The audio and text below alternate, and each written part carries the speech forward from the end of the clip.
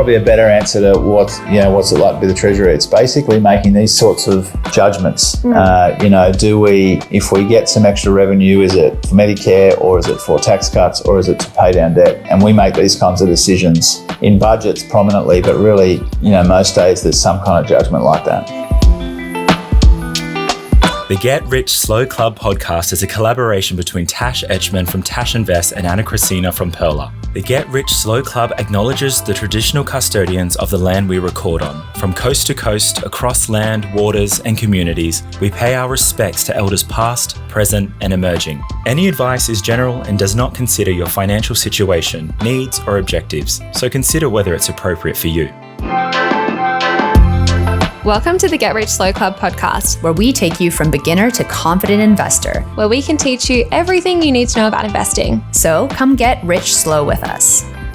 I was very grateful for the opportunity to chat to the Treasurer Jim Chalmers while I was in Canberra for the budget. Unfortunately, it was sitting week, so our interview was interrupted a few times and cut short. I'm really grateful for the time that I did get for this interview, but there was part of me that left feeling a bit unhappy about it because we couldn't dive too deep into too many things. And there were a few interesting tech issues as well, unfortunately, but I decided to share it anyway. Just keep in mind the circumstances, unfortunately, were very far from ideal, which is completely fine, but here it is. Jim, thank you so much for coming on the podcast. Thanks, this Tash. is very exciting. We always start our episodes off with a money win or money loss of the week. Oh, yeah. What's yours? I had a money loss.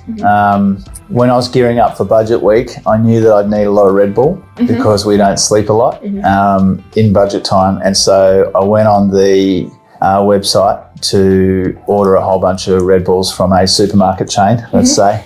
And where you click the box and it says, are you okay with substituting if they don't have it? Yeah. And then I got this very unusual kind of pink carbonated protein drink, which I can't have more than about 3 sips of. So I'm now the proud owner of a slab, basically, of this undrinkable carbonated protein water instead of the Red Bulls that I ordered. Protein water is gross as well. Is it? Not for me. Yeah, it's my first experience of it. I thought there must have been some that was okay and this was not at the okay end. No, the marketing almost got me quite a bit when I saw it and I was like, wow, that looks so yum. And then I tried it and it was not. Yeah. Yeah. I wonder if it's the same one. Yeah, because I couldn't get through a full one. Yeah, I find the substitutions are really bad some of the times. Yeah. Note to everyone, don't use a substitution option. Or to the chains, to the supermarkets, maybe think about substituting more narrowly. Yes. Yeah. That's a good one. If you got a slab of V or something. Yeah, okay, yeah. Then, but it will, yeah. Anyway, Not protein so that's water. my money loss for the week. Yeah, that's definitely a good one. And hopefully a bunch of money wins in the budget itself, which is obviously much more important than whether I get a slab of sugar-free Red Bulls. Definitely. We'll definitely get into that soon. But first I wanted to ask you about your upbringing and what money was like for you as a kid. Money wasn't spoken about in my house. I think this is where you and I are probably a bit different is, we were grown up where we were raised in the idea that it was kind of rude to think about how much do people earn or, what do they own. My dad was a courier driver. My mum was a nurse and, it was just seen as kind of something you didn't talk about. And so they encouraged us to save, like the first time, if we wanted to save for a push bike, then they would say, if you save half of it, we'll pay the other half of it. I remember that being the first big kind of saving goal that I had to buy a pushy. A pushy. Yeah. So Australian. Yeah. And I also remember, doing things like you used to be able to, you can now again, but you used to be able to kind of collect aluminium cans and bottles and stuff to make money. And I remember doing that to try and save up for my bike. But beyond that, we didn't really think about investing or those sorts of things. And it's great that you help people understand that kind of earlier in life because not a lot of people have that financial literacy. And for me, we didn't really grow up thinking about and talking about money. When did you start investing? Or do you even invest? Not now. So, there are good reasons why I shouldn't. And so I don't do that now. I had some investments in my probably late 20s, early 30s. I'm in my charitably mid-40s now, mid-late 40s. And so I can't really get into any of that speculative stuff because we've got access to information here which would be inappropriate. Yeah, it's definitely good to hear when you see some people in other countries who are not holding those standards up. Right. I mean, there are good reasons for those standards. I'm a big believer that you shouldn't be responsible for some of the things I'm responsible for in investing, day trading or something like that. How did you actually become the treasurer? What was your career path to get here? When I was growing up, I wasn't from a political family either. And so I kind of discovered politics. I had a great teacher who was very encouraging. And I went to Griffith Uni in Brisbane and met a whole bunch of people involved in politics. And it became very clear to me that that's what I wanted to do. And so why was that? What's interesting about politics? Most people are like, that's a bit boring. Yeah, that's right. Well, for me, I'm from an area which has got its share of challenges. And so the sense of kind of speaking up for people was part of it. And I had this modern history teacher who just passed away the last year or two, who's a beautiful guy who kind of encouraged me as well.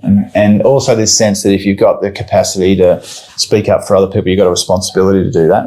And so a bit of that sense and just being fascinated by it. I discovered Paul Keating when I was kind of a teenager, and I just couldn't believe that there was someone like Paul, from an area like mine. And so I became interested in politics and, I worked as a public servant for a while. I taught a little bit at university, but my main experience was actually working for a treasurer. And most days in this job now, some element, I'm very fortunate that I had that kind of time working for a treasurer to get used to this portfolio so that when I came into it, I sort of understood it. And the reason I like the economy is because I think if you're going to be involved in politics, you're looking for the place that you can make the maximum difference. And being the treasurer is like a lot of the work of the government involves the treasurer in one way or another. And so I've got a fascination with the economy and I like being in the centre of the action. It's probably a neater way of saying that, but I like being where the action is. And the action is usually in the treasury portfolio. What do you actually do as the treasurer, for anyone who doesn't know? Yeah. So, this week we put a budget together, basically I've got this amazing colleague called Katie Gallagher. She's the finance minister, and together the treasurer and the finance minister put the budget together, which involves literally like hundreds of hours of working out what can we afford to do and not do. So priority setting is a big part of it, budgeting, also making sure that we understand what's happening in the real economy, and so that our budget policy matches that, helps rather than harms the way that we want our economy to develop and evolve. So the economy, fiscal, taxes, obviously a big part of the fiscal story.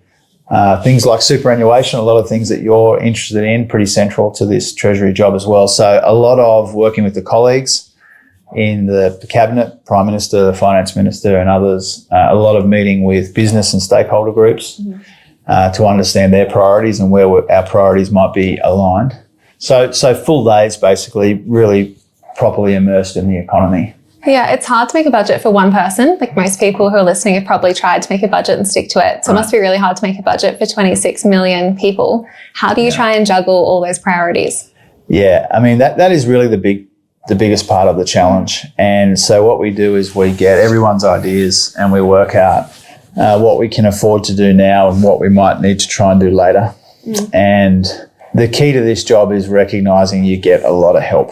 There's a lot of people in the treasury, in the private offices, a lot of really smart people who really know their area, better than anyone. And so trying to be as good as you can at kind of, relying heavily on experts. And then at the end of the day, it's a whole bunch of value judgments, whether you spend $8 billion, making Medicare better or you spend it in another way. A lot of those kinds of difficult choices and trade-offs. Yeah, I've seen a lot on social media recently about why Australia isn't taxing big oil and gas giants. Like, why aren't we taxing them more? Yeah, I see that too. Obviously I see there's some quite effective campaigns around that. Have you seen the billboards from, is it Punters Politics? I haven't seen the billboards, but I know him. I've met him here actually in Canberra. He came here for one of the budgets, I think, last year. Awesome. One of the things that often ignores is a couple of years ago, we changed the taxing of offshore gas. We actually increased the tax on offshore gas, and a lot of people want us to do more of that. Yeah. I understand that, but we have actually taken some steps in that direction. We've also cracking down on multinational tax evasion because the more the big players avoid their taxes, the more that has to be made up from ordinary working people. Yeah. And so we have taken some big steps on multinationals and taxing offshore gas. But there's a lot of people who'd like us to go further. And why won't you go further? Well, we've got to balance our obligations. We've got to raise as much money as we can to pay for Medicare and cost of living help and education. But we've also got to recognise that we want these industries to be strong export earners for Australia and creating jobs and opportunities. And so that's really the balance we try and strike. Yeah. Yeah, I keep seeing people as well just saying tax the rich, more money. Why doesn't that work? Yeah, well, that's a slogan, but it's, when it comes down to it, we're making sure multinationals pay their fair share. We're taxing offshore gas a bit more. It's easier to say something should happen than to kind of make it happen. But I think the motivation for a lot of those people we read on social media, I understand that. I understand why that's what they want us to do. We're doing a bit more than they usually acknowledge, but I acknowledge in return that they want us to do much more than that. Yeah, but it's just a bit complex. And then I see everyone moving to Texas or somewhere else instead. Yeah, that's the other thing. I mean, you don't want businesses to move, to relocate in a way that means we're not getting the jobs and opportunities and economic activity. And so that is part of the equation. Yeah, and it ties into some people are really concerned about productivity as well and how Australia's levels of productivity are quite low. Yeah. Are you planning to address that, or are you already? Yes, we are, in short. But this is a problem around the world, except for the US is performing pretty well, but everyone else has got a productivity problem, and we've had ours for probably 30 years now. Can you define what productivity problem actually is? Yeah, so productivity is when you're not getting enough economic activity for what you're putting in. So it might be per hours worked, or it might be there's a whole bunch of measures, basically unit labour costs and the like are all related. And for Australia, it basically means that over time we had this big burst of productivity growth in the 1990s, and since then it's kind of trailed away like it has around the world. And so there's really two ways to think about how we make the economy more productive. Our political opponents, and I know let's not do a kind of a question time version of this rant, but our opponents, there's an approach that says you do that with tougher industrial relations. And then there's our approach, which says you make the economy more productive by investing in people's skills, our ability to adapt and adopt technology, the way we get the energy transformation right, how we make our economy more competitive. And so those are the areas we're working in. But we try and be really upfront with you and with all of the people listening and saying, this productivity problem's been in our economy for so long, you can't just click your fingers and fix it. Yeah. If you could, someone would have done that already. It's going to take us a while to rebuild it. And if it's a problem across the world as well, apart from the US, like you were saying, it's not just isolated to us. Yeah. And it's partly how we measure it, and there's a whole bunch of issues there. We've got a new person, or newish now, heads the Productivity Commission in Australia. Her name's Danielle Wood, and we've asked her for 5 pieces of work basically on all the different ways we think we can turn productivity around, including technology, human capital, energy. There's 5 of them, the care economy and dynamism. And so we've got an agenda, skills and technology and energy we're already rolling out, but we've also commissioned a whole bunch of work on what the next set of things that we should do is. What about taxing consumption more? Like, to me, that seems like a bit more of a no-brainer, but I hear it's not popular as a policy. Well, there's a couple of issues with it. I mean, we've got the 10% GST, and every cent of that goes to the states. And so I think a lot of people assume if we increase the GST, all this extra money would flow into the Commonwealth budget. It would flow into the state budgets. And you'd need to compensate people on pensions, for example, if you change the GST. And then there's usually 3 or 4 different ways that people want you to spend it. So before you know it, if you increase the GST, sometimes people have kind of spent that same amount of money 3 or 4 or 5 times over. Okay. And so the big issue, though, is the distributional issue, which is if you have less money, you spend a greater proportion of your money on goods and services, whereas if you're on a high income, a smaller proportion. And so there's an unfairness at the core of the GST, which you have to compensate people for if you change it. What do you think about a sugar tax? That's more of like a fun, selfish one, because I was reading about that recently in other countries. Yeah. It's not something that we are considering, but we are very focused on the role that full-strength soft drinks are playing in this obesity challenge that we have. I know in my own community, one of the things that drives me crazy is when you're near a school and in the service station, kids are coming out of the service station drinking kind of big bottles of full-strength Coke. That's a huge problem. And so I know my colleague Mark Butler, working closely with some of the others, is trying to work out, how can we deal with this issue without necessarily levying a sugar tax. Another question that got asked quite a bit was about tax bracket creep and whether or not you would index tax brackets. Yeah. Will that be coming? Not going to index them, but we are giving tax cuts in the budget. Yes, I did see tax cuts, but everyone's concerned about indexing them going forward. Yeah, they'd like it to be automatic, and I get that. I mean, a lot of really smart, good people tell me that we should do that. And the reason we haven't done that is because we've got to make the budget add up. And sometimes that means, giving tax cuts the way that we are this time rather than automatically indexing them. There are other parts of the budget which are automatically indexed, like pensions and payments, but the tax system isn't. Most of the countries in the OECD don't index their tax brackets. Some do. Most of them don't. But I am aware that there's a kind of a movement brewing, people who want to see that happen. But really the consideration that I have to have about that is how much it costs. Can't afford it right now. Yeah. Yeah. How much debt does the government have at the moment? Is it almost $1 trillion? Yeah, almost. Gross debt this year is $940 billion. And that's obviously a lot of money, but it's $177 billion. The trajectory is $177 billion lower than it was 3 years ago. And so because we've done a bunch of things in the budget to kind of clean it up a bit, then we've saved on debt, and that means we're saving on a lot of interest on the debt. And your listeners would understand, the interest that we pay on that $177 billion slice that we've taken out of debt is really substantial, about $60 billion over 10 years. Yeah, it's fun, but there's still almost $1 trillion, and people listening might be like, wow, that's a lot. Is there a plan to pay it off?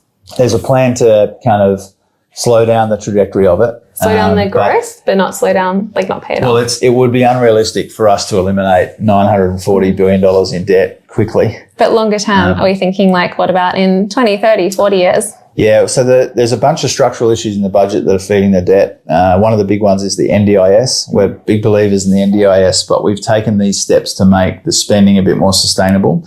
So that's making a structural difference to the budget. Aged care, we're changing the whole way that aged care is paid for. So that's improving that kind of debt trajectory.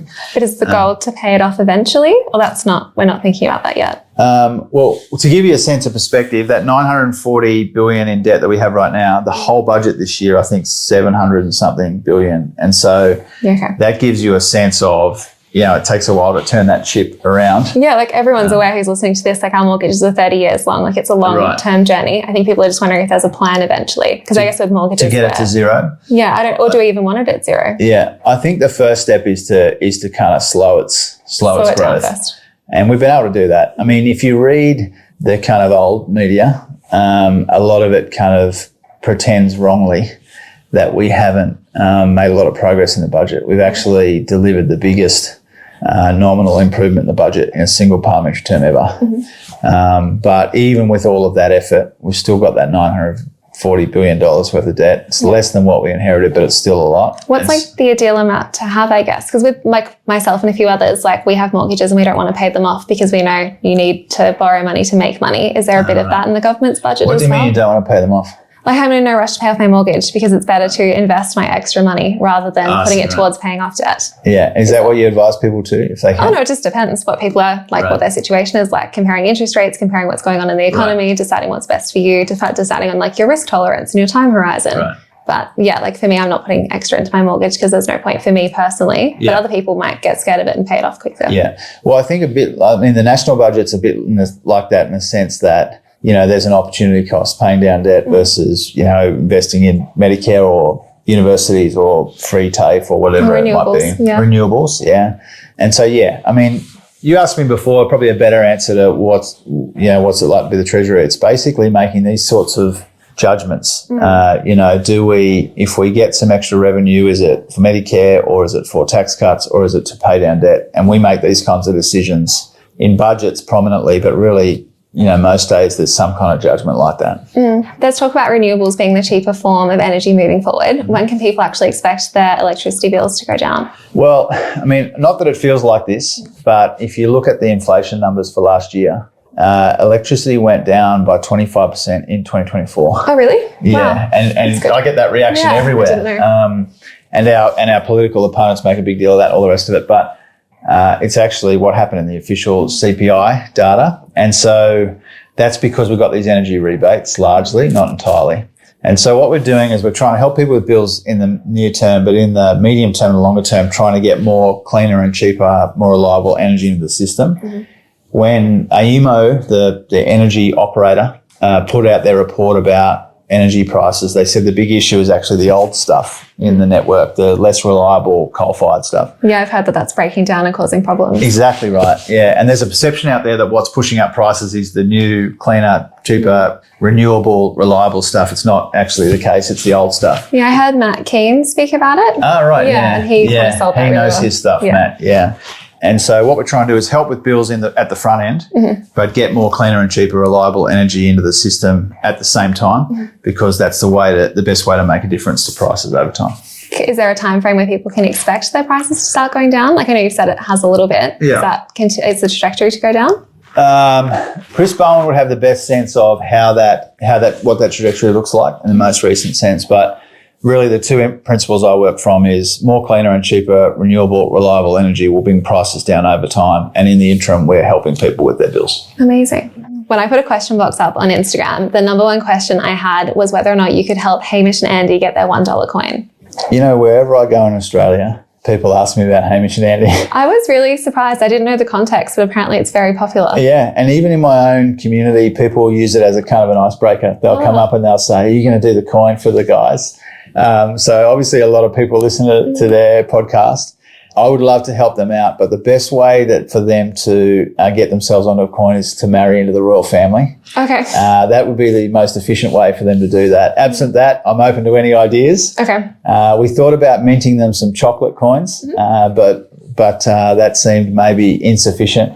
But there's a whole movement brewing for Hamish and Andy to be on the coin. Is that even part of your job? Can you pick who's on the coins? You know, ironically, my colleague called Andy Lee, is responsible for the mint. Okay. And I've spoken to him about it on a couple of occasions, about how we get Hamish and Andy on the coin, but we haven't made enough progress on that yet for me to ring them and say, we're sorted. Okay, so you're going to reach out to Hamish and Andy? I'd like to, I'd like to talk to them. We'll have to set it up. Yeah, that'd be good. Amazing. That'd be good. But I mean, genuinely, like right around Australia, people ask me about it. When are you going to sort the guys out on the coin? Yeah, I was really surprised. I've never had that many questions with the same question come through. Is that right? People, it was like hundreds of people asking about it. Yeah, it's a movement. Yeah, it's crazy. Thank you so much for joining us today. This has been great. Thanks, Tash. Thanks so much for joining us. If you found this episode helpful, please rate us 5 stars, write a review, or share with a friend. If you're new to investing, make sure to listen to our first 10 episodes. Follow us at Get Rich Slow Club or Tash at Tash Invest or me at Ana Cristina. This show was brought to you by Natasha Etchman, who is an authorized representative 1299881 of Guideway Financial Services, AFSL 420367, and Perla, who is an authorized representative 1281540 of Sanlam Private Wealth, AFSL 337927. Knowledge is power, especially when it comes to investing, so make sure you check out our financial services guides and read the product disclosure statement and target market determination for any investments you're considering. See our show notes for more info.